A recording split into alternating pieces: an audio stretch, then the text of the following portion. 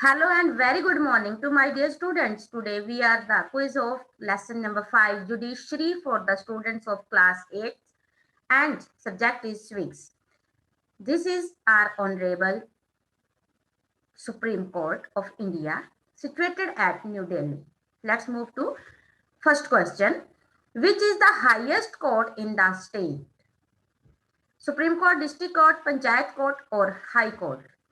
You have to choose one of the right answer, which is the highest court in the state, and the right answer is High Court.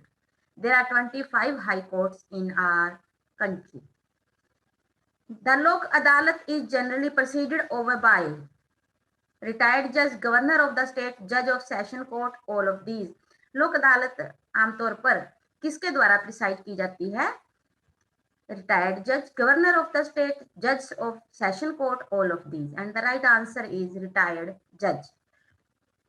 Question number 3.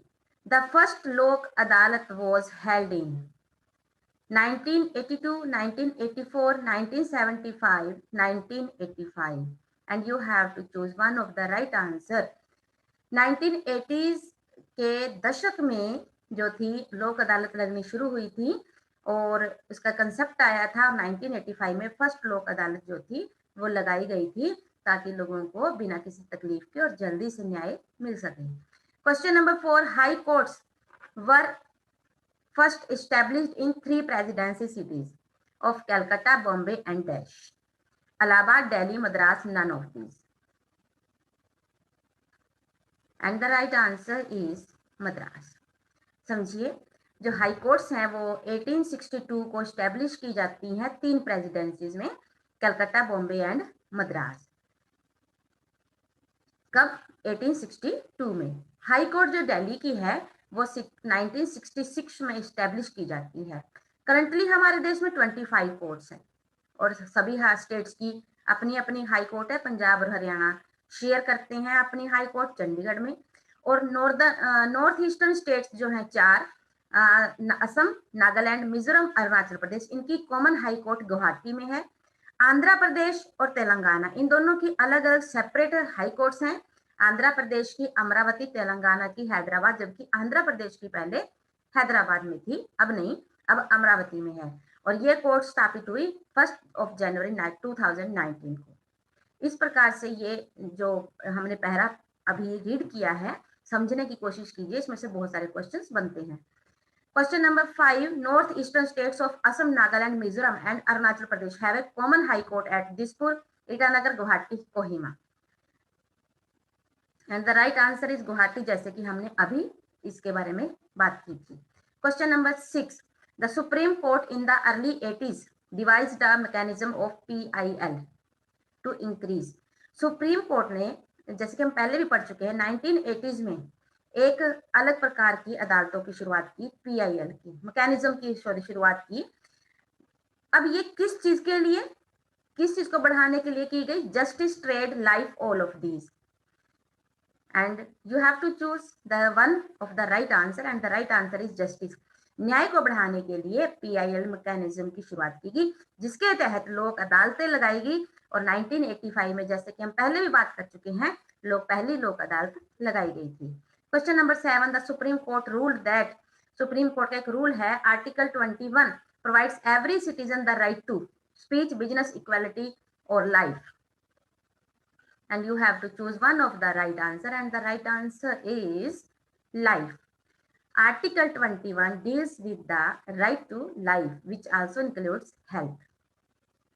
There are, question number 8, there are dash levels of courts in our government, 1, 2, 3, 4. And you have to give your answer by choosing one of the right answer, and the right answer is 3.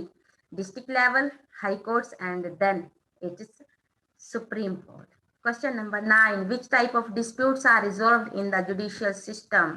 Disputes between citizen and government, between 2 states, or maybe between state and central government, all of these. किस प्रकार के disputes हमारे judicial system में solve किए जाते हैं? और इसका सही आंसर है ऑल ऑफ दीज. भले ही 2 नागरिकों के बीच में, नागरिक और सरकार के बीच में, 2 स्टेट गवर्नमेंट्स के बीच में, या फिर स्टेट या सेंट्रल गवर्नमेंट के बीच में कैसे भी डिस्प्यूट्स हों, उन्हें जुडिशियल सिस्टम में सोल्व किया जाता है। Which is the apex level, apex होता है बिल्कुल चोटी के लेवल पे। कौन सी कोर्ट है हमारे इंडियन जुडिशियल सिस्टम में? District high court, supreme court, name और none of these. And the right answer is supreme court. ये सबसे एपिक्स पे है, लेवल एपिक्स मतलब टॉप लेवल पे। उसके बाद स्टेट लेवल पे हाई कोर्ट्स आ जाएंगी, उसके बाद आ जाएंगे district courts. Which law is violated in the case of dowry death, अगर डोरी डेथ के कारण डेथ होती है किसी लड़की की, किसी महिला की, तो वो किस प्रकार का लॉ जो था वायलेट हुआ? Civil law, criminal law, both A and B, none of these. And the right answer is criminal law. समझिए, दो प्रकार के लॉज होते हैं, क्रिमिनल लॉ और सिविल लॉ। जो क्रिमिनल लॉ होते हैं ये इस प्रकार से एक्ट या डील किए जाते हैं जिसमें कोई क्राइम हुआ है, जैसे कोई थेफ्ट हुआ है, किसी वीमेन के साथ हैरासमेंट हुई है, कोई मर्डर हुआ है, इस प्रकार की। और जो सिविल लॉ होते हैं उसमें डील्स होता है कोई भी हार्म या इंजरी है वो किसी के राइट्स के साथ हुई है, जैसे कि मान लीजिए किसी लैंड को की सेल परचेज को लेकर, रेंट मैटर्स को लेकर या डिवोर्स केसेस को। क्रिमिनल लॉ के लिए पहले एफआईआर होती है, उसके बाद इन्वेस्टिगेशन होती है, इन्वेस्टिगेशन के बाद जो है कोर्ट में केस फाइल होता है। जबकि यहाँ पर सिविल लॉज में एक पिटीशन को क्या करना है, अपनी एप्लीकेशन सीधी लगानी होती है। जो भी इफेक्टेड पार्टी है वो अपनी पिटीशन लगाएगी कोर्ट में, रेंट मैटर हो या फिर कोई लैंडलॉर्ड की तरफ से भी लगाई जा सकती है, या टेनेंट जो किराएदार है वो भी लगा सकता है। और क्रिमिनल लॉ में यदि कोई गिल्टी पाई जाती है तो उसे जेल भी हो सकती है और फाइन भी। जबकि कोर्ट सिविल लॉ के अंदर क्या करती है, एक स्पेसिफिक रिलीफ देती है। जैसे कि मान लीजिए किसी मकान के किराए को लेकर लैंडलॉर्ड और टेनेंट के बीच में केस है, तो कोर्ट ऑर्डर देगी कि फ्लैट खाली कर दो और जो जो रेंट या किराया देना रहता है उसे पे किया जाए। तो इस प्रकार से ये बेसिक डिफरेंस है क्रिमिनल और सिविल लॉ के अंदर।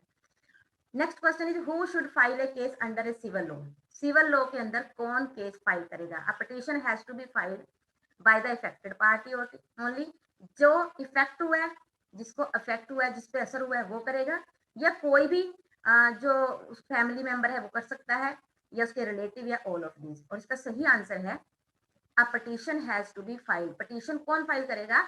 जो अफेक्टेड हुआ है। जैसे कि हमने बात की थी कि अगर रेंट को लेकर प्रॉब्लम है तो लैंडलॉर्ड कर सकता है या फिर टेनेंट कर सकता है। Question number 13, expand PIL। बहुत इंपॉर्टेंट क्वेश्चन है ये। PIL की फॉर्म क्योंकि ये जुडिशरी से रिलेटेड है। Private interest litigation, public interest litigation, public interest laws, all of these.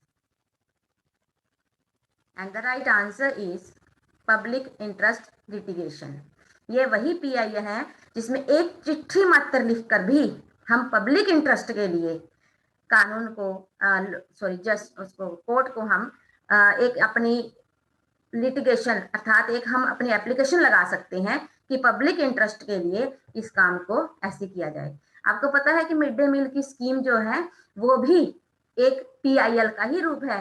बहुत सारी एप्लीकेशंस कोर्ट में मिड डे मील स्कीम के लिए लगाई गई, तब वो एक पब्लिक इंटरेस्ट में केस बन जाता है और उसका फिर आंसर आज हमारे सामने है।